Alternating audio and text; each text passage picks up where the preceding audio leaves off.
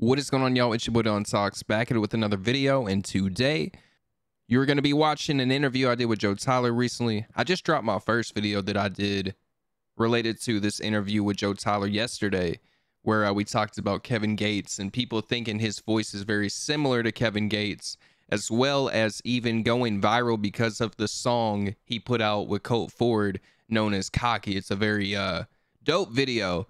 And in today's video, you're going to hear a lot of conversations revolving around music, especially jotyler's music from Dixie Made and Jesse James. We even get a whole behind the story of how he created a lot of these songs, to also telling a funny story about how he failed a drug test after hanging out with jellyroll, to also having a conversation with mexicanot's management and explaining how he didn't pull the trigger on the collab when he should have, and how he reached out to them about 4 months ago and explains what happened. Classic songs by you, bro. Dixie Made and Jesse James. Mountain Dew, my whiskey. Wake up, go get a biscuit. Bitch, I think I'm Jesse James. You acting like you John Wayne. Stay up in your fucking lane. I'm coming through like a freight train. Chain swinging like a pork swing. Yeah. Man, Jesse James, dude, like, when I was doing that, when I was like, I gotta make my way in the scene. You know what I mean? Like, it's such a hype song. When I perform that one too, like, the crowd goes crazy. It rides, and then the bass is in it. But man, that one was a good one. I did the reason behind I did Jesse James really was like, you know, you got Rick Ross talking about like, I'm Big Meech, Larry Hoover. I think I'm Big Meech, Larry Hoover. You know, a lot of these rap guys, they was talking about like classic gangsters like Al Capone and stuff like that. I was like, nobody's really talking about no real outlaws. Yeah. You know what I mean? Nobody's really talking about somebody that's out here really doing some shit in the country rap world. Nobody's talking about no outlaws. I mean, you heard John Wayne a lot, but John Wayne was a fucking actor. Yep. So I was like, bitch, I think I'm Jesse James. Bitch, I think I'm Jesse James. You acting like you John Wayne, like, yeah. So like, moving on a freight train. Yeah. Chain swinging like a porch swing. When I said that, everybody was like, what'd you say? I said, chain swinging like a porch swing. Stay up in your fucking lane. I'm coming through like a freight train. Chain swinging like a porch swing. That's some motherfucking backwoods shit that I ain't never heard of. I was like, yeah. Were you on a horse in the video? Yeah, yeah. Buddy of mine, he's got a bunch of horses and stuff. And I was like, hey, man, I need to borrow your horse real quick.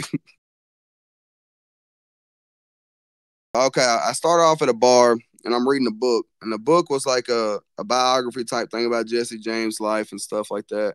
And I'm getting drunk at this bar, and I fall into the book. When I fall into the book, like, I start dreaming. And then, like, in my dream, I'm like, bitch, I think I'm Jesse James. Like, I felt like I was Jesse James in the dream, you know what I mean? Yeah. So we out here, I done took this guy's girl, then took his horse, then took his money, you know, all that good stuff. And then at the end of the video, I wake up, and I'm like, whoa, that was a crazy-ass dream. And I look at the book, I'm like, fuck, I'm done with this book. And I go take the book back, and when I take it back to the library. Well, the library that I took it at was actually a bank that Jesse James robbed back in the day. And they turned it into a library, you know what I mean? And I returned the book. And I should have put like a description there, like describing like what this building is and stuff, because I thought it was like really cool how I lined it up and set it up. But I don't think I did a good enough job of like explaining, you know, for people to get the, oh, really? Wow, this is cool. You know what I mean? Yeah, a lot of people just pay attention to the shots, you know, like the certain shots, like the horse is what stood out the most. As you just on the horse and you're like, man, I'm Jesse James. Yeah. No, I thought that song was lit, and obviously Dixie Made, I mean, that was cool too. Promoting the Mountain Dew a little bit. You had like some Mountain Dew stuff. A lot of people don't know this, but Mountain Dew was originally made to be a chaser for whiskey. Really? It's in the name. You think about it, Mountain Dew. Where's moonshine made at? In the mountains. Yeah. You know what I mean? Yeah. So like that's what it was made for, was like a chaser for your moonshine whiskey. And then it didn't really take off in Jack and Coke. It kind of took over. You know what I mean? Yeah. Yeah. But if anybody gets a chance out there, go get you some moonshine, white light, and then chase it with a Mountain Dew, and then come back and holler at your boy and tell him, hey, I appreciate you. But yeah, and then the next verse was like, wake up, go get a biscuit. Mountain Dew, my whiskey. Wake up, go get a biscuit.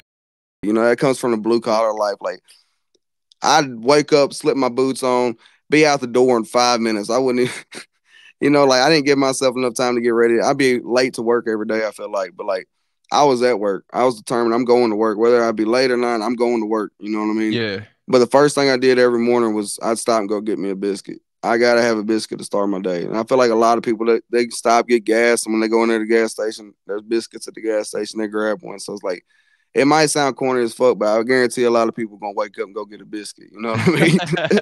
Gas station food is bomb, bro. I used to get the chicken, like the potatoes, like.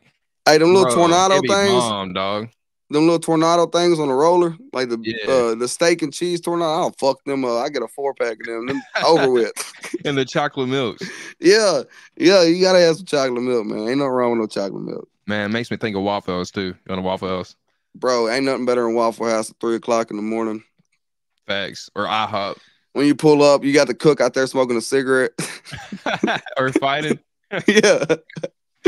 3 people taking out 1 trash bag. Yeah. Bro, you'll see the wildest stuff you'll ever see in your life in a Waffle House. I'm looking for Mrs. Bubblegum. I'm Mr. Chico Stick. I want to Bro, so like one thing I did try the other day, I just moved recently a little bit further away from Nashville. I came up north or more north of Tennessee. Yeah. And there's a Huddle House out here. I've never seen one before. And I went in there and ate, and I was like, bro, this is like a fancy fucking Waffle House. And it was good as fuck. So like, y'all want something in the morning time, go to Huddle House. Nighttime after bar, go to Waffle House. You know what I mean? Bro, Waffle House is so crazy, man. It has never lost its relevancy. Like, no, it's still hot. You know what I mean? And them motherfuckers sued jellyroll. Bro. Late night with Jimmy Fallon. 853. And finally, that's how I actually dance. It's so sad. Finally, Waffle House is threatening to take legal action against a rapper after he used their logo on his album Whiskey, Weed, and Waffle House. Although, in fairness, that is the correct order. Jellyroll. I failed a damn drug test because of Jellyroll. It wasn't his fault. I hit the blunt, but hey. It was whenever Struggle first got out of prison, him and Struggle pulled up over my buddy's house. They ordered like 500 wings and was out there swimming and shit. It was before Jelly had popped off. Yeah. And we was all out there chilling and shit. And he goes out to the Suburban. He's like, you want to smoke? And I was like, fuck it, let's go. And I went out there and I had probation the next week. I went out there to probation and failed that bitch. Pitched straight through the bottom of the cup. Yeah. That is crazy, bro. I was like, I hope you don't test me. Please don't test me. Texas is now holding it down for the rap type of Texas bag. Yeah. Texas. It was Atlanta. Everything's going to Texas right now. Yeah, Paul Wall, mexicanot. Which is crazy is like, if you would have asked me how 4 or 5 years ago Paul Wall be back, like, I'd been like, bro, I don't know. I think Paul Wall selling jewelry right now. You know what I mean? Yeah. Yo, I mean, it may just take that one young artist that notices his favorite artist that he grew up on to be like, hey, let's make some, and then it just changes your life again. That's what happened, man. Shout out Mexican OT, dude. Mexican OT's dope. I think that'd be a good track right there. We get some Jotyler, Mexican OT on the track. Oh. We had talked about it. I got in with his management and we was gonna do it, and I didn't pull the trigger. Shame on me. I didn't pull the trigger, and then I hit him up. Man, bro, before he popped off. It was like right whenever he dropped Johnny Dang. Got me looking just like Johnny Dang. And then Holy Cocky was still going crap. crazy. I hit his management up, and we had some shit worked out. And I didn't pull the trigger, so shame on me for that one. And then I went to hit him back up like 4 months ago. And I was like, hey, let's get that thing going. I'm ready to pull the trigger. Yeah. Let's just say the price got damn doubled on me. I was like, hey, hold on now. Yeah, that's what I heard, man. I heard he's like expensive now to even get an interview. He probably dropped like 30 racks. You know what I mean? Bro, it's tough. I was like, damn it, dude. So, But hey, here in the future, you never know. We'll probably get some shit going.